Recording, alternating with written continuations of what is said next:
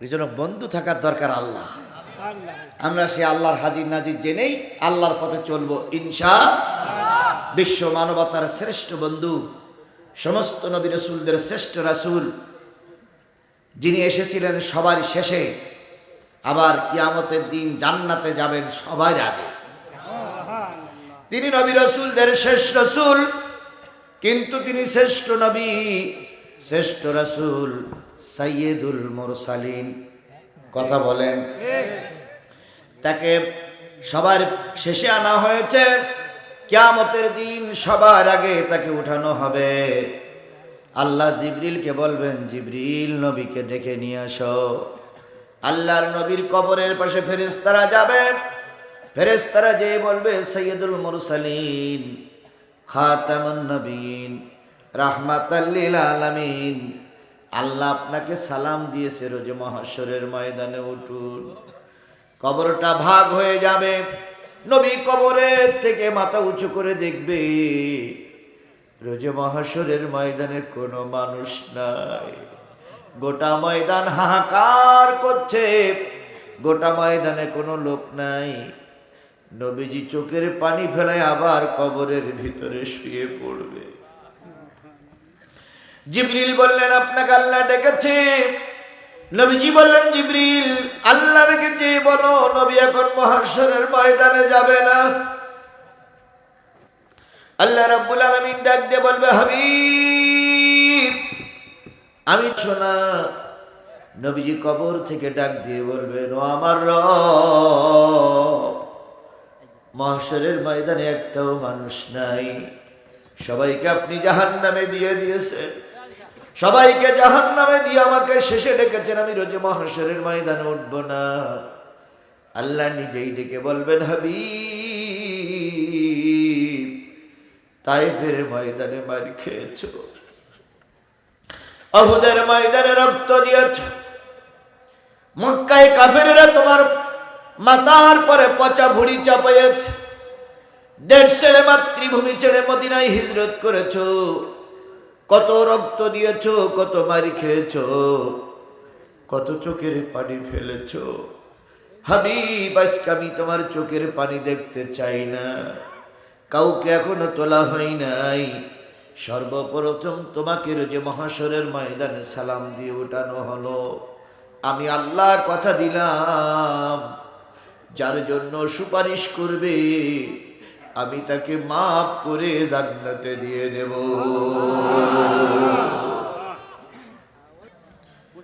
মান ইয়াহদিহিল্লাহু ফালা মুদিল্লা লাহু ওয়া মান ইউদ্লিলহু ফালা হাদিয়া লাহু ওয়া নাশহাদু আল লা ইলাহা ইল্লাল্লাহু ওয়াহদাহু লা শারীকা লাহু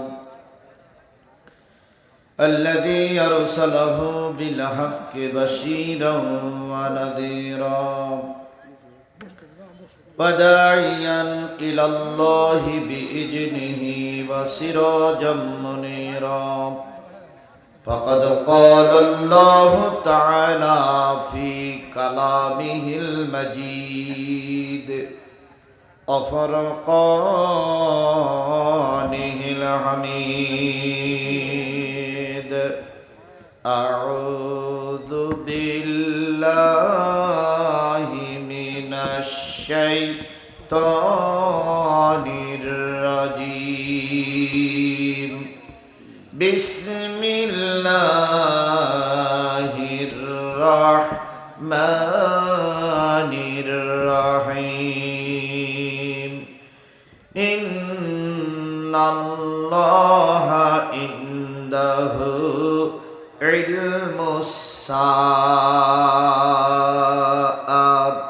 وينزل الغيث ويعلم ما في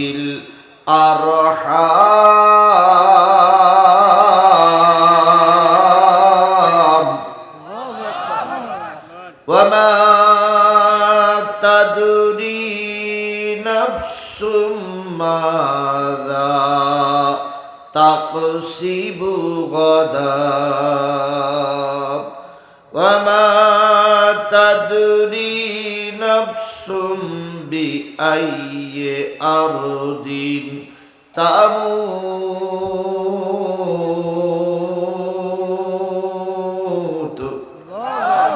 ইন্নাল্লাহা আলিমুন খাবীর।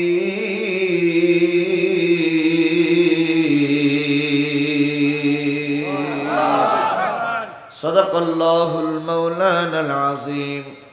وعن عبد الله بن سلام رضي الله تعالى عنه قال قال رسول الله صلى الله عليه وسلم أفشوا السلام إطعموا الطعام وصلوا الأرحام وصلوا بالليل والناس ينام رواه البخاري أو كما قال رسول الله صلى الله عليه وسلم إن الله وملائكته يصلون على النبي يا أيها الذين آمنوا صلوا عليه وسلموا تسليما اللهم صل على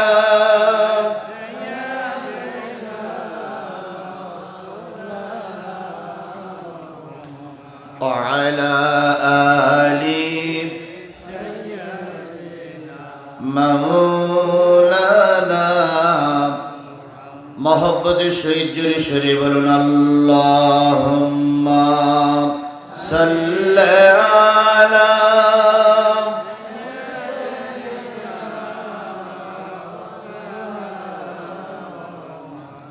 وعلى آل مولانا রসুল মোদের প্রাণের ছবি রসুল মোদের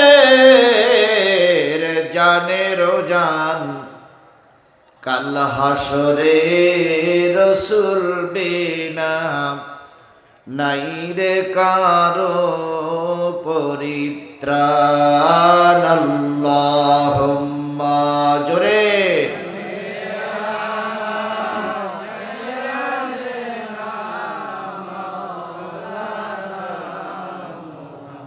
وعلى آل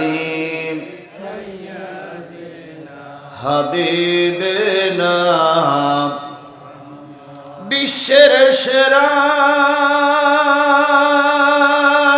বিশ্ব নবী আমরা যে তার উম্মতি পাপের জগতে তাশরীফ আনলেন দূর করিতে জুলুমতি আল্লাহুম্মা সাল্লি আলা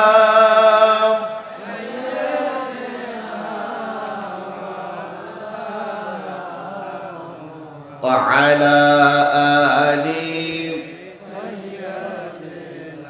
হাবিবনা লা ইলাহা ইল্লাল্লাহ জোরে লা ইলাহা ইল্লাল্লাহ আরো জোরে লা ইলাহা ইল্লাল্লাহ লা ইলাহা ইল্লাল্লাহ লা ইলাহা ইল্লাল্লাহ লা ইলাহা ইল্লাল্লাহ মুহাম্মাদুর রাসূলুল্লাহ। সকলে জবান খুলে একসাথে এক বাক্যে বলছি সাল্লাল্লাহু আলাইহি ওয়াসাল্লাম। সিরাজগঞ্জ জেলার উল্লাপাড়া উপজেলা কয়রা জহরা হাফিজিয়া মাদ্রাসা ও এতিমখানার উন্নতিকল্পে অনুষ্ঠিত হচ্ছে ১৬তম একদিনব্যাপী তাফসিরুল কোরআন মাহফিল। ১৭ই ফেব্রুয়ারি ২০২৫, ১৫ই শাবান ১৪৪৬ হিজরি, ৫ই ফাল্গুন ১৪৩১ বাংলা, রোজ সোমবার। আজকের এই ১৭ই ফেব্রুয়ারি তাফসিরুল কোরআন মাহফিলের শ্রদ্ধাভাজন স্বনামধন্য সম্মানিত সভাপতি আলহাজ গাজী মোহাম্মদ মোরশেদ আলম, আলহাজ গাজী মোহাম্মদ খোরশেদ আলম, সাবেক চেয়ারম্যান কয়রা ইউপি ও সভাপতি অত্র মাদ্রাসা, সহসভাপতি আলহাজ মোহাম্মদ সাকওয়াত হোসেন, আলহাজ খাজা মঈনুদ্দিন মৃধা। আজকের এই মাহফিলের সম্মানিত প্রধান অতিথি, জননন্দিত নেতা, উল্লাপাড়া মাটি ও মানুষের বন্ধু, বীরত্ব আন্দোলন বাংলাদেশ জামাত ইসলামের শীর্ষস্থানীয় নেতা, সাবেক শিবিরের কেন্দ্রীয় সভাপতি, আপনাদের ভাই, আপনাদের প্রিয় মুখ, আমার প্রিয় ভাই, জননেতা আলহাজ মাওলানা মোহাম্মদ রফিকুল ইসলাম খান, কেন্দ্রীয় সহকারী সেক্রেটারি জেনারেল বাংলাদেশ জামাত ইসলামী, নির্বাচিত সিনিয়র সদস্য রাজশাহী বিশ্ববিদ্যালয়। কর্তৃপক্ষ খুব চালাক, প্রধান অতিথি 2 জনকে রেখেছে, মাশাআল্লাহ।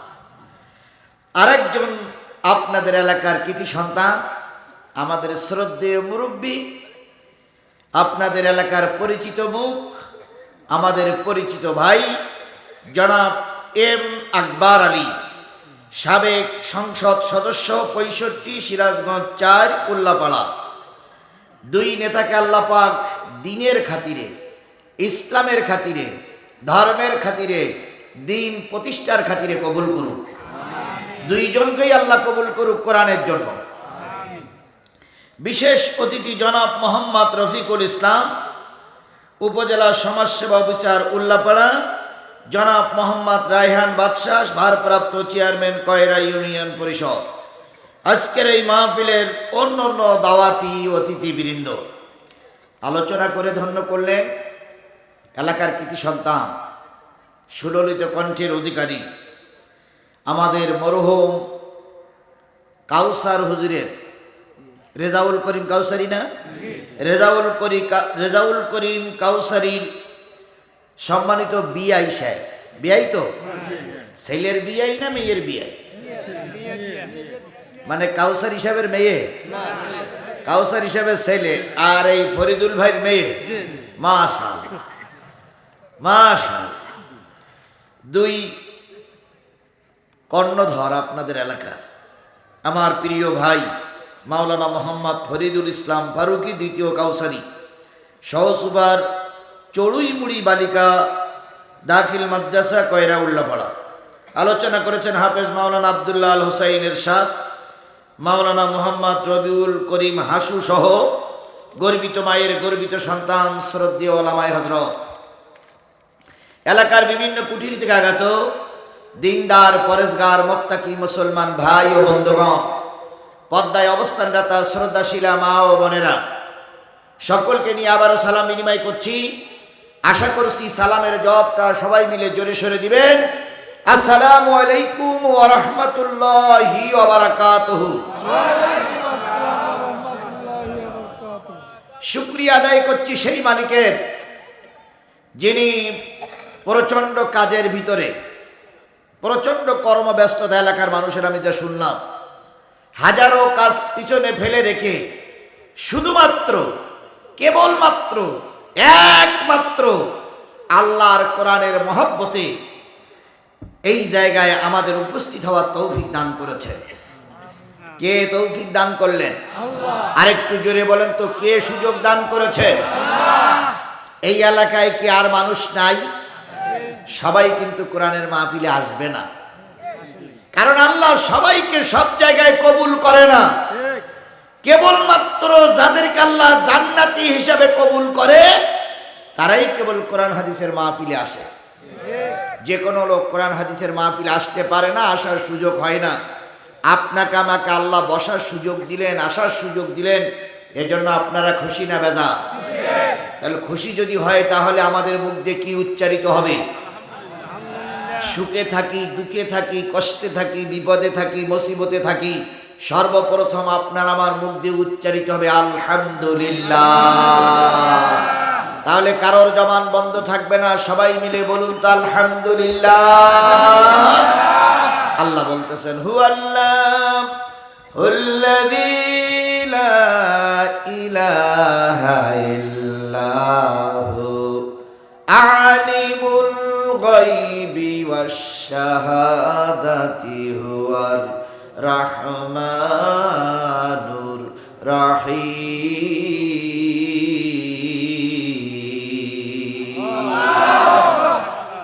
তিনি সেই আল্লাহ যিনি ছাড়া আর কোনো ইলাহা নাই, আর কোনো হুকুমদাতা নাই, আর কোনো বিধানদাতা নাই।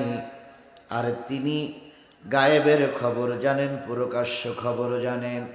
তিনি বড় করুণাময়, দাতা এবং দয়ালু, যে তোমাদেরকে সৃষ্টি করে সুন্দর শরীর দিয়ে রিজিকের ব্যবস্থা করে মুসলমানের ঘরে রেখে আজকের মাহফিল পর্যন্ত আসার তৌফিক দান করেছে। সেই আল্লাহর দরবারে আবারও শুকরিয়া আলহামদুলিল্লাহ। বলুন তো, মানুষের চাইতে শ্রেষ্ঠ জীব আর পৃথিবীতে কেউ আছে? আপনি হলেন সৃষ্টির শ্রেষ্ঠ জীব। কিসের জন্য আপনি শ্রেষ্ঠ? আপনাকে আল্লাহ শ্রেষ্ঠত্ব দান করেছেন ইবাদতের জন্য। ওয়ামা খালাকুতুল জিন্না ওয়াল ইনস ইল্লা লিয়াবুদুন।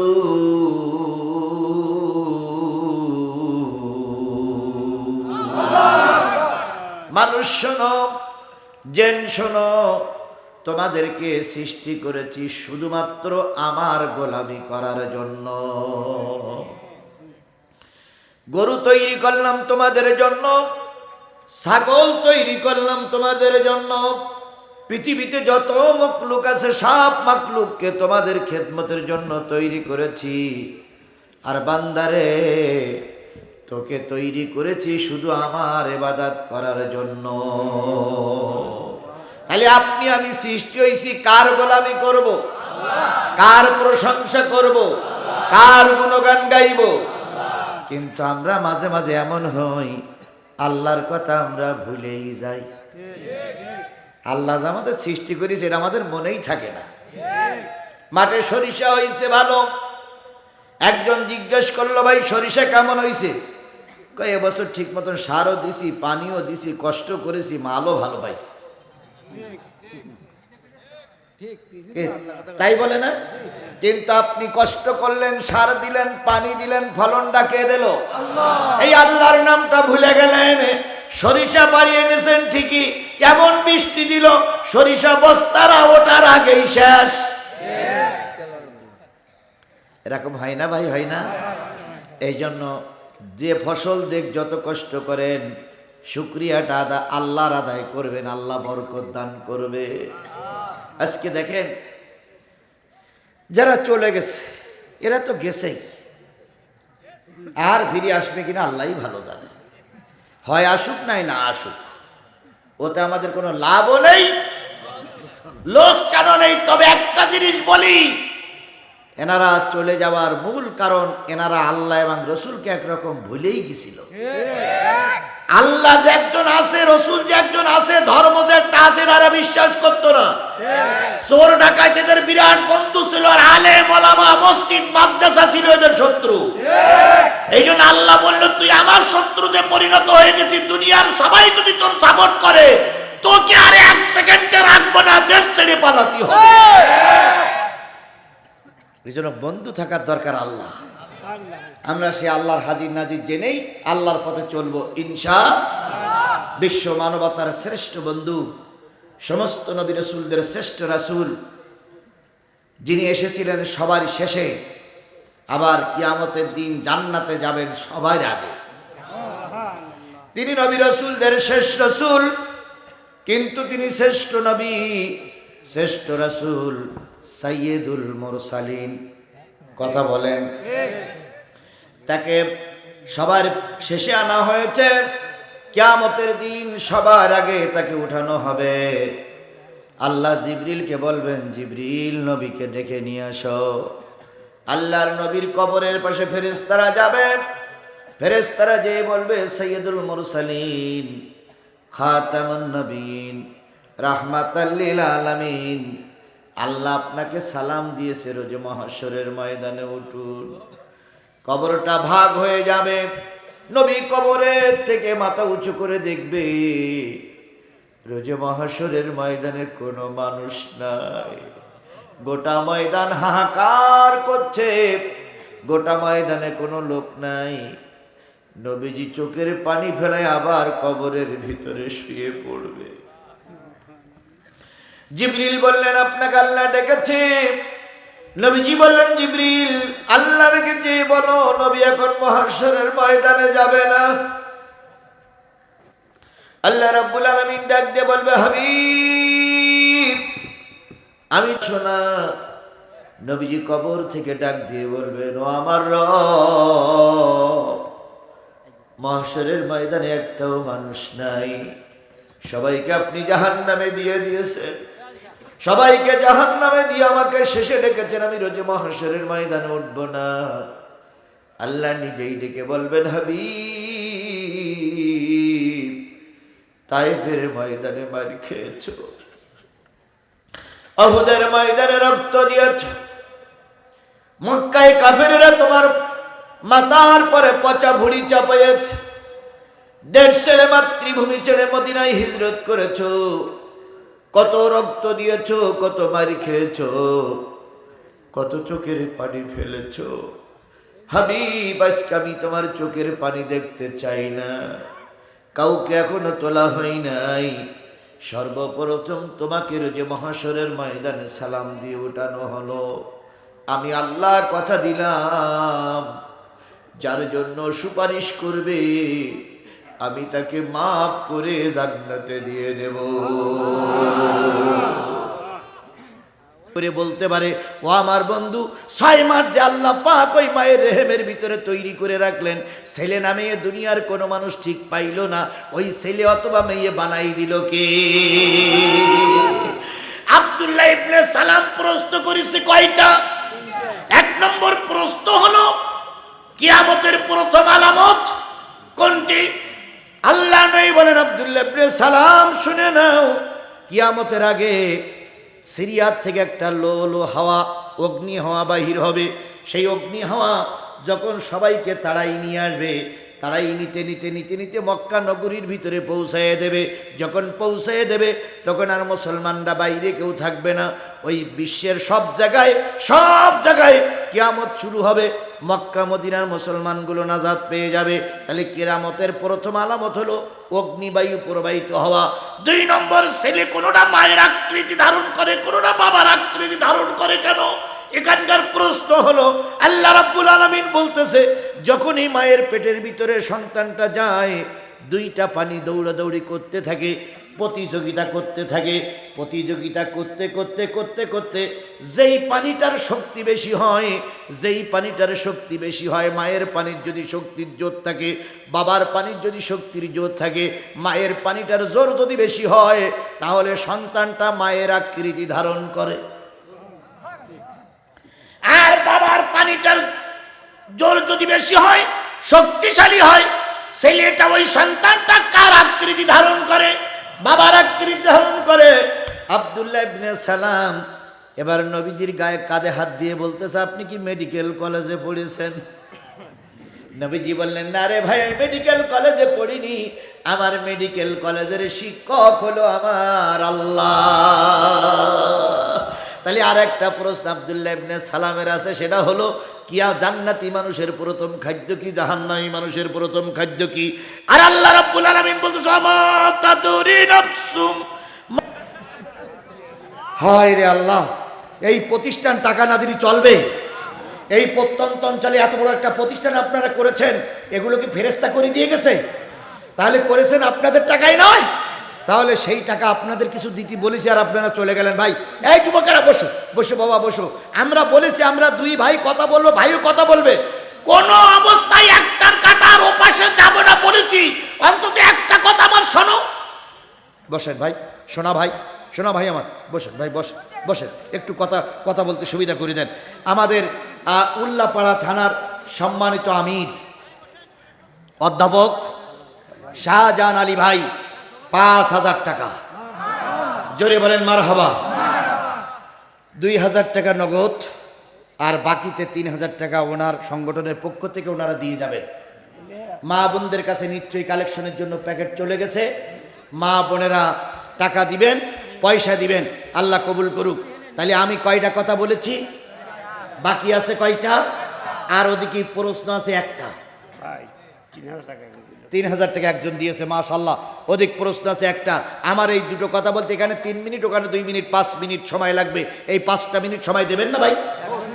একজন 600 টাকা দিয়েছে, 5টা মিনিট সময় দেবেন না? তার আগে আমার প্রিয় ভাই, বাংলাদেশ জামাত ইসলামীর উল্লাপাড়া থানার সুযোগ্য আমির অধ্যাপক জনাব শাহজাহান আলী ভাই, তিনি সালাম বিনিময় করবেন। তারপরে আমি কথা বলে মোনাজাত করবো ইনশাল্লাহ। জি, মাইক দেন, মাইক দেন, মাইক দেন, তাড়াতাড়ি দেন, তাড়াতাড়ি দেন। আচ্ছা ভাই, যত সংক্ষেপে করতে পারি আমরা। জি, আমার টাইমের পরে খেলা আছে। আলহামদুলিল্লাহি রাব্বিল আলামিন, আসসালাতু ওয়াসসালামু আলা রাসূলিল কারীম ওয়া আলা আলিহি ওয়া সাহবিহি আজমাইন। আজকের এই পয়লা জোহরা হাফিজিয়া মাদ্রাসা ও এতিমখানার উন্নতি কল্পে আয়োজিত তাফসীরুল কোরআন মাহফিলের সম্মানিত সভাপতি আলহাজ গাজী মোহাম্মদ খোরশেদ আলম, অন্যান্য সহসভাপতিবৃন্দ, আজকের এই জালসার প্রধান অতিথি হিসাবে আপনাদেরকে দাওয়াত করেছিলেন এই উল্লাপাড়া সলঙ্গবাসীর জনগণের জননন্দিত নেতা, আমাদের গৌরব, আমাদের অহংকার, আমাদের হৃদয়ের স্পন্দন, বাংলাদেশ জামাত ইসলামী কেন্দ্রীয় কমিটির সহকারী সেক্রেটারি জেনারেল, কেন্দ্রীয় নির্বাহী পরিষদের অন্যতম সদস্য, রাজশাহী বিশ্ববিদ্যালয় নির্বাচিত সিনিয়র সদস্য আলহাজ মাওলানা রফিকুল ইসলাম খান।